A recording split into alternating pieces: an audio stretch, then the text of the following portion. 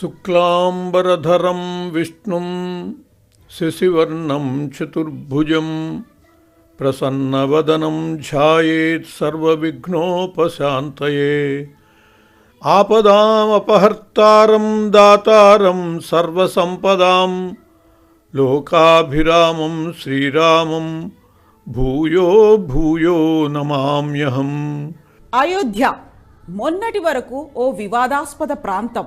Supreme court తీర్పు అనంతరం అయోధ్య బాబ్రీ మసీదు స్థానంలో భవ్య రామమందిర నిర్మాణం పూర్తయింది.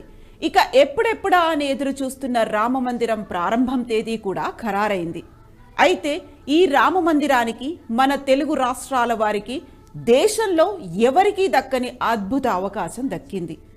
మర్యాద పురుషోత్తముడు మనుష్యులకు ఎలా జీవించాలో నేర్పటం కోసమని అవతరించినటువంటి ఆ శ్రీరామచంద్ర ప్రభు యొక్క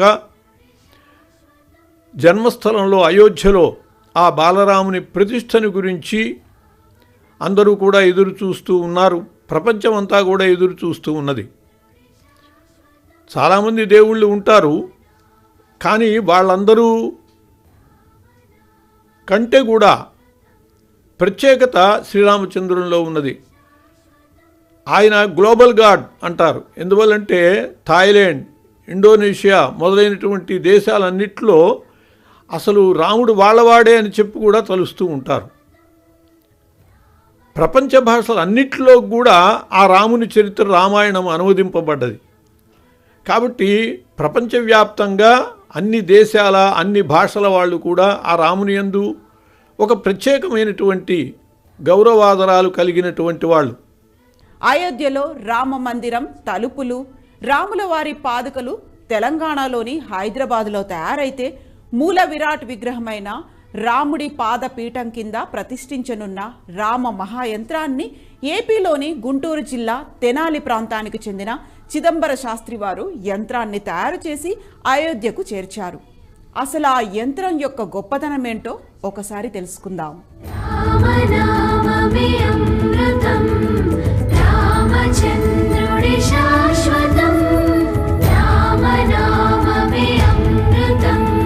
రామలలా అయోధ్యలో రామజన్మభూమిలో నిర్మితమైనటువంటి అద్భుత మందిరంలో విరాజమానుడు కానున్నాడు.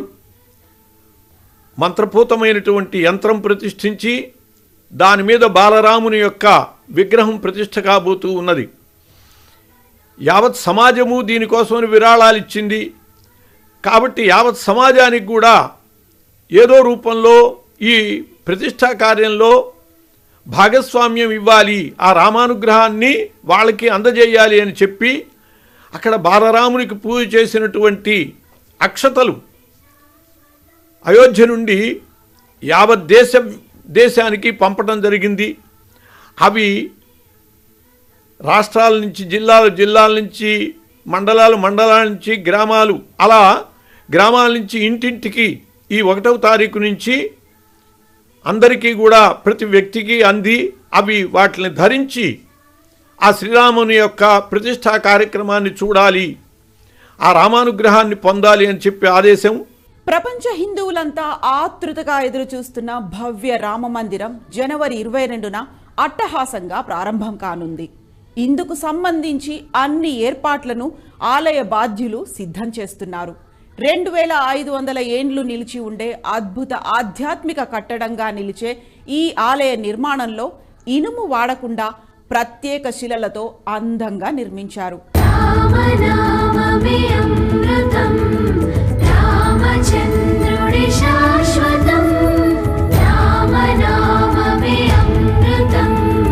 ప్రపంచంలోనే 3వ అతిపెద్ద హిందూ ఆలయంగా, భారతీయ సంస్కృతి వారసత్వాలకు నిలువెత్తు రూపంగా రామమందిర నిర్మాణం జరిగింది. ప్రపంచంలోనే అత్యంత అద్భుత నిర్మాణాల్లో ఒకటిగా చెప్పుకుంటున్న జగదానందకారకుడి మందిర విశేషాలు తనివి తీరా చూడాల్సిందే, నయనానందం పొందాల్సిందే. అంతటి గొప్ప నిర్మాణం ఈ ఆలయం.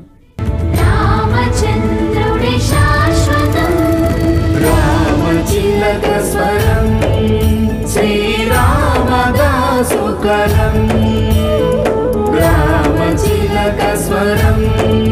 శ్రీరామదా జగదభిరాముడి జన్మస్థానమైన అయోధ్యాపురి సర్వాంగ సుందరంగా ముస్తాబవుతోంది. రామమందిరం ప్రారంభం, విగ్రహ ప్రాణప్రతిష్ఠకు సమయం దగ్గర పడుతుండటంతో నిర్మాణ సుందరీకర పనులు శరవేగంగా జరుగుతున్నాయి.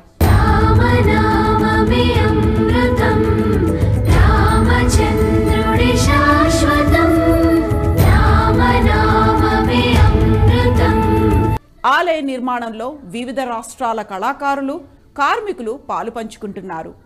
దేశ విదేశాల నుంచి ఆలయానికి, శ్రీరాముడికి విశిష్టమైన కానుకలు కూడా వస్తున్నాయి. రామమందిర డిజైన్ 1989లోనే రూపుదిద్దుకుంది. దేవాలయాల ఆకృతులను రూపొందించడంలో నిష్ణాతులైన సోంపురా కుటుంబీకులు ఈ డిజైన్ను అందించారు.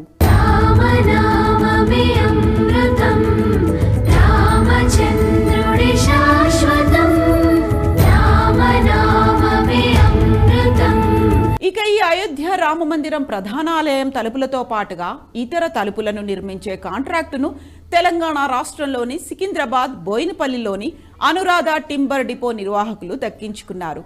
రాష్ట్రంలో యాదగిరిగుట్ట ఆలయ ద్వారాలను కూడా ఈ కంపెనీనే ఎంతో నాణ్యతతో తయారు చేశారు. మా కంపెనీ ఇంతకుముందు యాదగిరిగుట్ట దర్వాజాలన్నీ చేసిందండి. ఈ మధ్యకాలంలో యాదగిరిగుట్ట కూడా చేసాం. యాదగిరిగుట్ట ఈ మధ్యకాలంలో కట్టిన పెద్ద టెంపుల్. అంతేగాక మేము చాలా ఆర్ట్ వర్క్స్ చేస్తాం. In the sense Anantha Padmanabha Swamy sculpture కూడా చెక్కాము, రాముడి బొమ్మ కూడా ఒకటి చెక్కుతున్నాము. సో మేము టెంపుల్ డోర్స్లో ఆ క్వాలిటీ ఆఫ్ వుడ్ కానీ, ఆ నాలెడ్జ్ కానీ, ఆ స్కిల్ కానీ మా టీంకి, అండ్ మా కార్పెంటర్స్, మా కార్వర్స్ అందరూ తమిళనాడులో మహాబలిపురంలో మా కుమారస్వామి రమేష్ తపతి అని వుడ్లో ఫైన్ ఆర్ట్ స్కల్ప్చర్ అన్నమాట 6 years కోర్స్ చేశాడు అతను చాలా టెంపుల్స్కి వర్క్ చేశాడు. రామేశ్వరం టెంపుల్కి, వాటికి వీటికి. మా అనురాధ టింబర్స్కి ఎల్ఎన్టీ కాంట్రాక్ట్ ఇచ్చింది for making all doors and allied buildings కూడా. Door frames around 100 door frames చేసాము. మెయిన్ టెంపుల్లో 18 డోర్లు తయారు చేసేసాము. అవన్నీ ఇప్పుడు ఈ జనవరి 1వ తారీఖు నిన్నటి నుంచి దే స్టార్టెడ్ ఫిట్టింగ్. మా టీం అంతా ఇప్పుడు డోర్లన్నీ బిగిస్తున్నారు టెంపుల్ లోపల. సో ఒక 1 weekలో మొత్తం పని అయిపోతుంది. సో దీని తర్వాత ఇది ఫస్ట్ ఫ్లోర్ మాత్రమే, గ్రౌండ్ ఫ్లోర్ మాత్రమే. దీని తర్వాత ఫస్ట్ ఫ్లోర్ వస్తుంది. ఫస్ట్ ఫ్లోర్ డోర్లు ఇప్పుడు తయారు చేయబోతున్నాం ఓపెనింగ్ తర్వాత.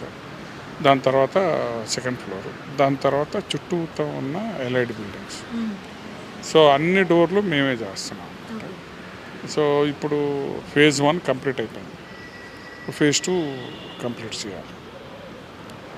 సో మా కంపెనీ స్పెషలిస్ట్లో ఈ వుడ్ వర్క్లో కానీ, వుడ్లో కానీ చాలా నాలెడ్జ్ ఉంది మా కంపెనీకి. చాలా టెక్నికల్ ఎక్స్పర్టైజ్, చాలా స్కిల్. సో అవన్నీ మాకు ఉన్నాయి కాబట్టి మాకు ఈ అవకాశం దొరికింది. అంతకుముందు మేము ఒక వుడెన్ మోడల్ చేసాం అయోధ్యలో.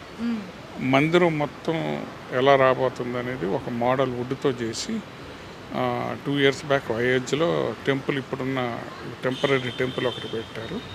సో బలార్షాలో వుడ్ మొత్తం సెలక్షన్ మొత్తం మా టీమే. ఆ సామిల్లో కూడా మా టీమే పనిచేసింది. హౌ టు ప్రాసెస్ అనే దానిలో కూడా మేమే ఇన్వాల్వ్ అయ్యాం. తర్వాత వుడ్ సెలక్షన్ బలార్షాలో అయిపోయింది. దాని నుంచి సీజనింగ్ చేసాము. సీజనింగ్ చేసి అక్కడి నుంచి అయోధ్య తీసుకెళ్ళి అక్కడ మేము మిషనరీ సెటప్ చేసాం. మొత్తం ఫ్యాక్టరీ సెటప్ చేసి ఫ్యాక్టరీలో అన్ని డోర్లు తయారు చేసాం. సో ఆ తయారు చేసిన డోర్లన్నీ మా టీం ఉంది ఇన్స్టాల్ చేస్తాం. సో అది కూడా ఒకసారి ఇన్స్టాల్ చేస్తే పర్మనెంట్గా ఉండాలి కాబట్టి అన్ని కేర్లు తీసుకుంటాం. ముందు ఒకసారి ఇన్స్టాల్ చేసి డ్రై ఫిట్ చూసుకొని, దాని తర్వాత కాపర్ వేసి, కాపర్తో కూడా ఫిట్టింగ్ సరిగ్గా ఉందా లేదా చూసుకొని ఫైనల్లో గోల్డ్తో ఇన్స్టాల్ చేస్తాం. అంటే ఏంటి, ఒక కలపతో కాకుండా దాని మీద పైపూత కూడా మీరే ఏర్పాటు చేస్తున్నారు? లేదండి, ఆ పైపూట వేరే కంపెనీ చేస్తుంది. సో కలపతో డోర్లన్నీ మేము చేసాము. కాకపోతే పైపూట మేము చేసిన డోర్ మీదే వాళ్ళు మెజర్మెంట్స్ తీసుకొని వ్యాక్స్తో దాని మీద కాపర్తో తయారు చేసి కాపర్ మీద గోల్డ్ కోటింగ్ వేస్తున్నారు. ఇక రామయ్యకు తాను కలియుగ భరతుడిని అంటూ హైదరాబాద్కు చెందిన చల్లా శ్రీనివాస శాస్త్రి శ్రీరాముడి పాదుకల సాక్షిగా రాజ్యాన్ని పాలించిన భరతుని స్ఫూర్తితో బంగారు పూత పూసిన 9 కిలోల వెండి పాదుకలను సమర్పించారు. ఇది అక్కడ ప్రతిష్టాపన చేసే విగ్రహానికి శిలా విగ్రహము. ఆ శిలా విగ్రహానికి సంబంధించిన పాదుకలు కావు ఇవి. కావంటే దానికి మ్యాచ్ అయ్యేటట్టు, దాన్ని కూసునేటట్టు దాని కొలతలు ఉండవు. ఇది పాదుకలు, ఇది పూజ చేసుకునేది. స్వామివారికి చిన్న చిన్న పాదాలు పెడితే రాముల వారికి సెట్ కాదు. పెద్ద పాదుకలు అంటే తక్కువ మనము 12.5 అంగుళాలు పొడవు, 5.5 అంగుళాలు వెడల్పు, అది సైజు నిర్ణయం చేసుకున్న తర్వాత ఈ మా దగ్గర ఉన్న శిల్పశాస్త్ర గ్రంథాలు ఏదైతే ఉన్నాయో పాతవి ఉన్నాయో అట్లా మేము కొన్ని ఐటమ్స్ అలా చూసుకున్న తర్వాత దాని మీద డ్రాయింగ్ అంటే బొమ్మలు ఏముండాలి ఎట్లుండాలి అనేది దాని గురించి ఆలోచన చేసి దాని మీద సూర్యచంద్రులు, శంకు చక్రము, ఏనుగు, ఆవు, తర్వాత విల్లు, ఒక కత్తి, ఒక అంకుశం, తర్వాత పద్మాలు, తర్వాత కలశం. అన్ని మీరు చెప్పినవన్నీ కూడాను విష్ణుమూర్తికి సంబంధించినవి. అంటే మరి రాముల వారు కూడా విష్ణు సంప్రదాయము, తర్వాత వచ్చేసి ఆయన వర్గానికి సంబంధించిన ఉన్నది కనుక మనం అవే వాడవలసి వస్తుంది. శివ సాంప్రదాయానికి వచ్చేటి వాడటానికి కొన్ని వీలు పడదు. శివ సాంప్రదాయంలో ఉన్న ఐటమ్స్ కూడా విష్ణు సాంప్రదాయంలో ఉంటాయి, విష్ణు సాంప్రదాయంలో కూడా శివ సాంప్రదాయంలో ఉంటాయి. ఇప్పుడు శివుడికి నాగపడిగా అంటే మన సర్పము ఆభరణంగా ఉంటుంది. అదే సర్పము విష్ణుమూర్తికి శేషపాంపు కూడా ఉంటుంది. అంటే రెండిట్లలో కూడా కలిసి ఉంటాయి, అట్లా ఇబ్బంది ఏమి ఉండదు. అయితే దీంట్లో మనకు కావాల్సిన ఈ దశావతారాలు ఉన్నది కూడా తీసేసుకొని ఇదంతా డ్రాయింగ్ పేపర్ మీద కంప్లీట్ చేసిన తర్వాత ఇది మనం ఈ ఫౌండేషన్ వాళ్ళకి పంపించినాం. సార్ మరి ఇట్లా చేసినాము, దాన్ని మరి ఎట్లా ఉంది చూసుకుంటారా ఒకసారి అని అడిగినాం.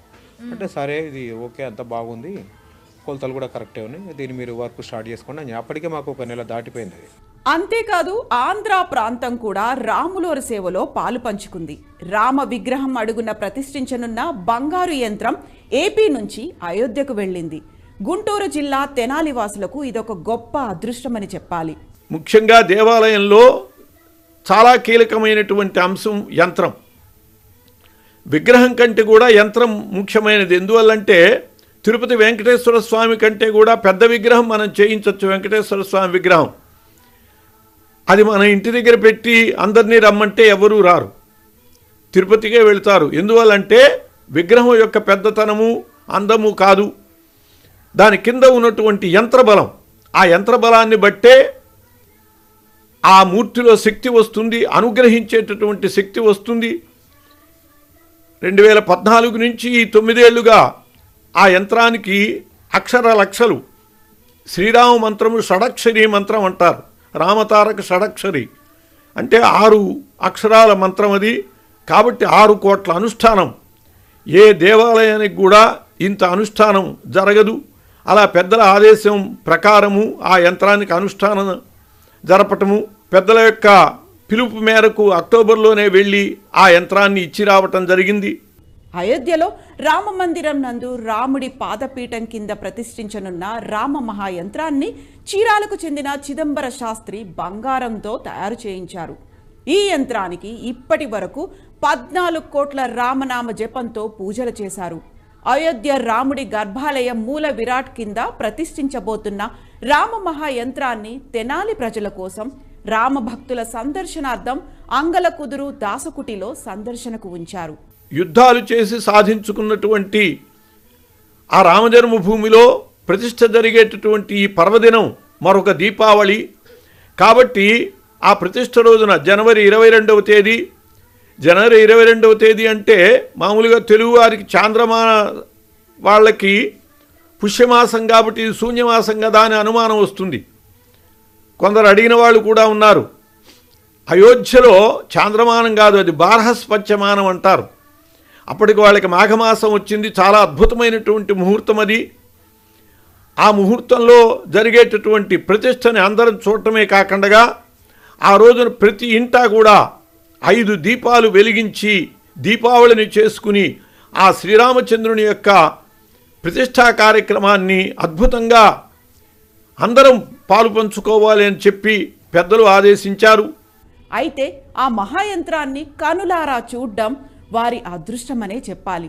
ఎందుకంటే అయోధ్యలో రామ మందిరం ప్రారంభం తర్వాత రాముణ్ణి మాత్రమే చూడగలుగుతాం, కానీ రాముడి పాదపీఠం కింద ప్రతిష్ఠించబోయే రామ యంత్రాన్ని మాత్రం దర్శించుకోలేం. ఈ యంత్రాన్ని దర్శించుకోవడం చాలా అదృష్టమని చూసిన వాళ్ళు ఆనందం వ్యక్తం చేస్తున్నారు. మహనీయుల యొక్క సమక్షంలో జరిగేటటువంటి దాన్ని అందరం కూడా దర్శిద్దాం, ఆ రామానుగ్రహానికి పాత్రలమవుదాం. మర్యాద పురుషోత్తముడు ధర్మస్వరూపుడు అయినటువంటి రాముని యొక్క ప్రత్యేకత ఇప్పటికి కూడా రాజకీయ నాయకులు మేము రామరాజ్యం తెస్తాము అని చెప్తూ ఉన్నారు అంటే దాన్ని బట్టి అర్థం చేసుకోవచ్చు.